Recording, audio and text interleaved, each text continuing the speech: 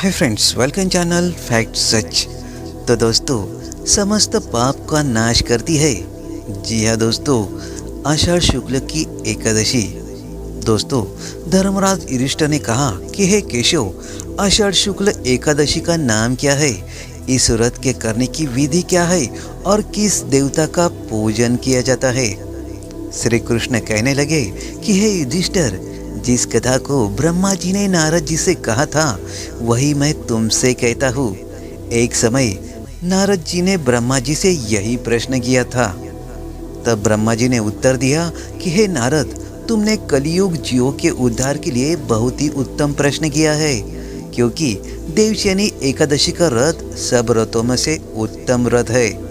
जी हाँ दोस्तों, इस व्रत से समस्त पाप नष्ट हो जाते हैं और जो मनुष्य इस व्रत को नहीं करते हैं वो नरकगामी हो जाते हैं। जी हाँ दोस्तों, अब मैं तुमसे एक पौराणिक कथा कहता हूँ, तुम मन लगाकर सुनो। सूर्यवंश में मांदता नाम का एक चक्रवर्ती राजा हुआ है, जो सत्यवादी और महान प्रतापी था। वह अपनी प्रजा का पुत्र की भांति पालन किया करता था। उसकी सारी प्रजा धन धान्य से भरपूर और सुखी थी। दोस्तों, उसके राज्य में कभी भी अकाल नहीं पड़ता था। एक समय उस राजा के राज्य में 3 वर्ष तक वर्षा नहीं हुई और अकाल पड़ गया। प्रजा अन्न की कमी के कारण अत्यंत दुखी हो गई। अन्न के न होने से राज्य में यज्ञ आदि भी बंद हो गए। दोस्तों, एक दिन प्रजा राजा के पास जाकर कहने लगी कि हे राजा, सारी प्रजा त्राही त्राही पुकार रही है, क्योंकि समस्त विश्व की सृष्टि का कारण वर्षा है। दोस्तों, वर्षा के अभाव से अकाल पड़ गया और अकाल से प्रजा मर रही है। इसलिए हे राजन, कोई ऐसा उपाय बताओ जिससे प्रजा का कष्ट दूर हो। राजा मानता कहने लगे कि आप लोग ठीक कह रहे हैं, वर्षा से ही अन्न उत्पन्न होता है और पाप लोग वर्षा न होने से अत्यंत दुखी है। मैं आप लोगों को दुखों को समझता हूँ। ऐसा कहकर राजा कुछ सेना को लेकर वन की तरफ चल दिए। वह अनेक ऋषियों के आश्रम में भ्रमण करता हुआ अंत में ब्रह्मा जी के पुत्र अंगिरा ऋषि के आश्रम में पहुँचे। वहाँ राजा ने घोड़े से उतरकर अंगिरा ऋषि को प्रणाम किया। मुनि ने राजा को आशीर्वाद देकर कुशल क्षेम के पश्चात उनसे आश्रम में आने का कारण पूछा। राजा हाथ जोड़कर विनीत भाव से कहा कि हे भगवान, सब प्रकार से धर्म पालन करने पर भी मेरे राज्य में अकाल पड़ गया है। इससे प्रजा अत्यंत दुखी है। राजा के पापों के प्रभाव से ही प्रजा को कष्ट होता है, ऐसा शास्त्रों में कहा है। जब मैं धर्मानुसार राज्य करता हूँ तो मेरे राज्य में अकाल कैसे पड़ गया, इसका कारण पता मुझको अभी तक नहीं चल सका। अब मैं आपके पास इसी संदेह के निवृत्त कराने के लिए आया हूँ। कृपा करके मेरे इस संदेह को दूर कीजिएगा, साथ ही प्रजा के कष्ट को दूर करने का कोई उपाय बताए। इतनी बात सुनकर ऋषि कहने लगे कि हे राजन, ये सतयुग सब युग में उत्तम है।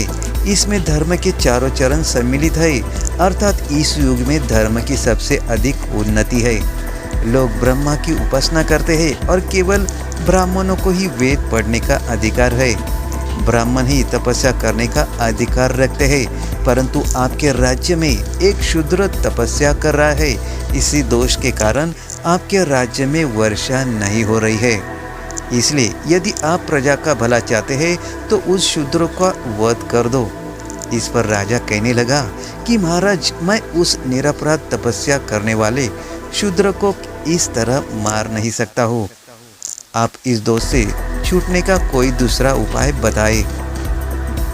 तब ऋषि कहने लगे कि हे राजन, यदि तुम अन्य उपाय जानना चाहते हो तो सुनो। आषाढ़ मास के शुक्ल पक्ष की दोस्तों देवशयनी एकादशी का विधि पूर्वक व्रत करो। व्रत के प्रभाव से तुम्हारे राज्य में वर्षा होगी और प्रजा सुख प्राप्त करेगी, क्योंकि इस एकादशी का व्रत सब सिद्धियों को देने वाला है और समस्त उपद्रव का नाश करने वाला है। इस एकादशी का व्रत तुम प्रजा, सेवक तथा मंत्रियों सहित करो। मुनि के इस वचन को सुनकर राजा अपने नगर को वापस आया और उसने विधि पूर्वक देवशयनी एकादशी का व्रत किया। दोस्तों उस व्रत के प्रभाव से वर्षा हुई और प्रजा को सुख पहुंचा। दोस्तों इस मास की एकादशी का व्रत सब मनुष्य को करना चाहिए। यह व्रत इस लोक में भोग और परलोक में मुक्ति देने वाला है।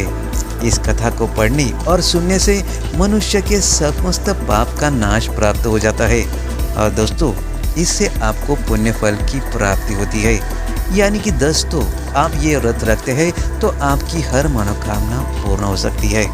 तो दोस्तों इस तरह इस देवशयनी एकादशी का बहुत ही महत्व होता है। तो दोस्तों यदि आप व्रत नहीं रखते हैं तो रखना शुरू कर दीजिएगा, इससे आपको फ़ायदा ही होगा।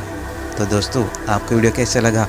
अच्छा लगा हो तो लाइक शेयर और कमेंट ज़रूर कीजिएगा और कमेंट बॉक्स में जय श्री विष्णु नमः अवश्य लिखिएगा। धन्यवाद।